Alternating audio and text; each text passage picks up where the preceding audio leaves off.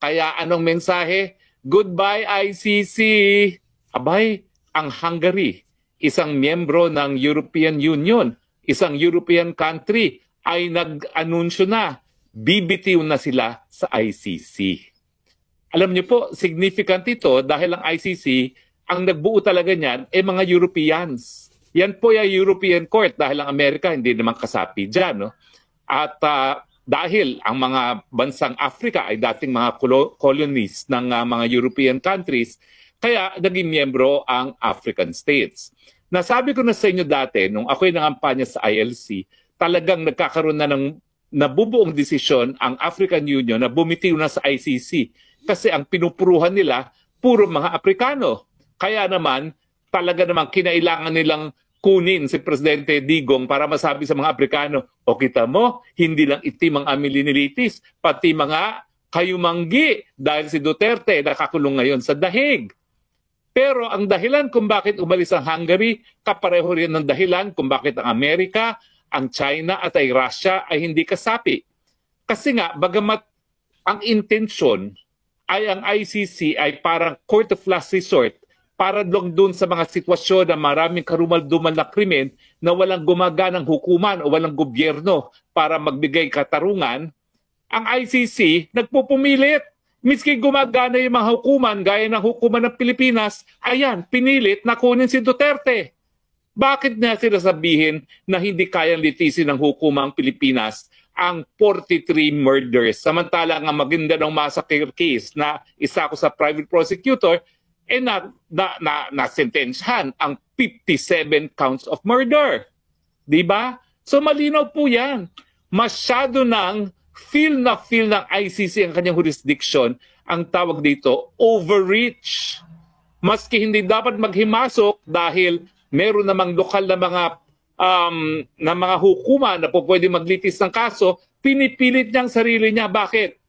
Paano kasi ma-justify ang mga sweldo ng empleyado ng hukuman niya kasama ng mga maestrado at mga prosecutor kung wala silang kaso? In fact, isa yan sa pula ko ngayon sa ICC. Palibasa, wala na aktibong kaso, nag-aantay ng desisyon yung isang kaso at wala na silang masimulang kaso dahil wala naman silang mahuling mga respondents. Hayan, para ma-justify yung kanilang napakalaking budget, linilitis sila si Duterte miski wala namang jurisdiction na. Tama ba yon? Hindi! Ang aking prediction, dahil isang European country bumitiw na, ang susunod na bibitiw, kabubuan ng African Union. At pagkatapos niyan, isa-isa ng mga European countries ang bibitiw. Hanggang ang maiiwan na lang ay yung mga European colonial powers na laos na ngayon.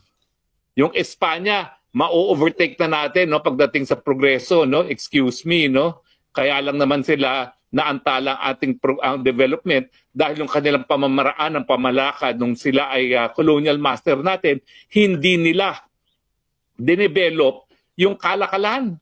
Ang kalakalan natin, limitado sa galleon trade. Hindi sila nagtanim ng mga cash crops. Alam niyo ba kung sino nagtanim ng mga cash crops?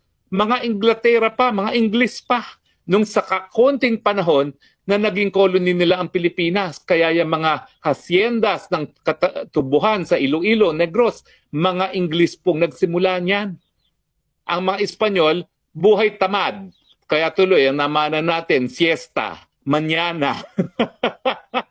Galing po Espanya yan. Kaya ngayon talaga, parang third world country ng Espanya. Mas masigla pang ekonomiya natin talaga, bagamat nandyan ang mga bangag na mga namumuno. Kaya anong mensahe? Goodbye ICC.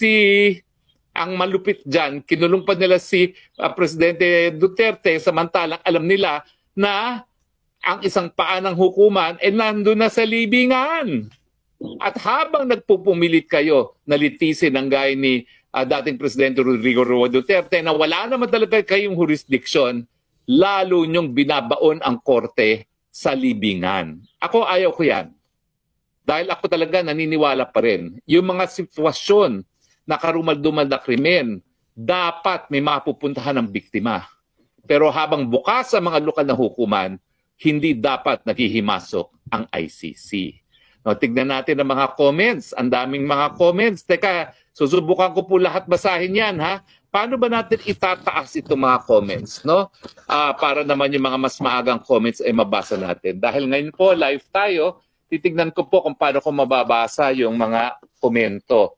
Well, ano kasi, no? Paano natin mababasa itong mga komento doon sa simula? Tignan natin, para hindi naman unfair doon sa mga nauna. Although ang dami mga komento, maraming salamat at ang dami pong nanonood ng live. Halos 10,000 pong nanonood ng live. Ang akin is boo kay Browner, warmongering dahil linilihis ang issue tungkol kay FPIRD. Yan pa rin pong issue at goodbye ICC. Okay. Si CG Hon, I like your... ang bilis naman yan.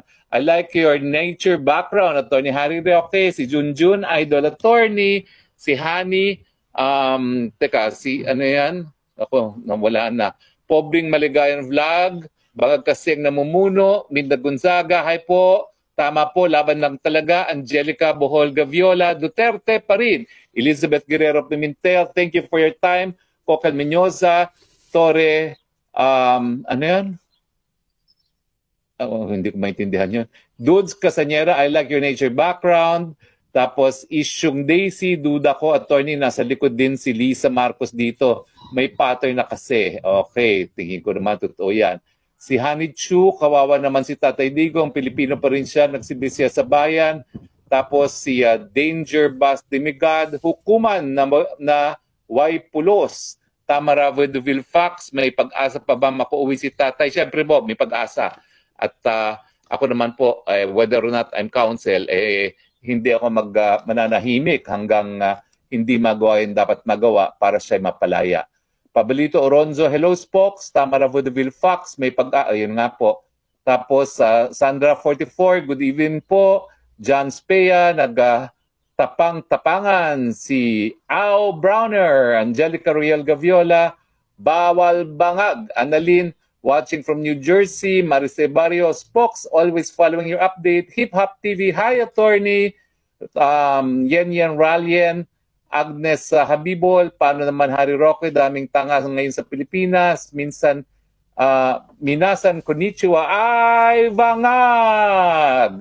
Nelly Estudiante, matalino talaga si Attorney Roque. Thank you po. Ian Preglo, vote Duterte to 10 bundok, go bato, buo na, street PDP. At saka Gabay Party List, huwag niyong kakalimutan, Gabay Party List. Yan po magpapatupad ng tama ng universal healthcare, libreng gamot at libreng paggamot, magpapatupad ng libreng irigasyon, hindi lang dun sa 50% na meron ng irigasyon, kundi lahat ng ating kabukiran, at magpapatupad ng tamang libreng wifi at magsisimula, magtataguyod ng Freedom of Information at saka ng Whistleblower Act para lahat ng mga kurakot makulong na.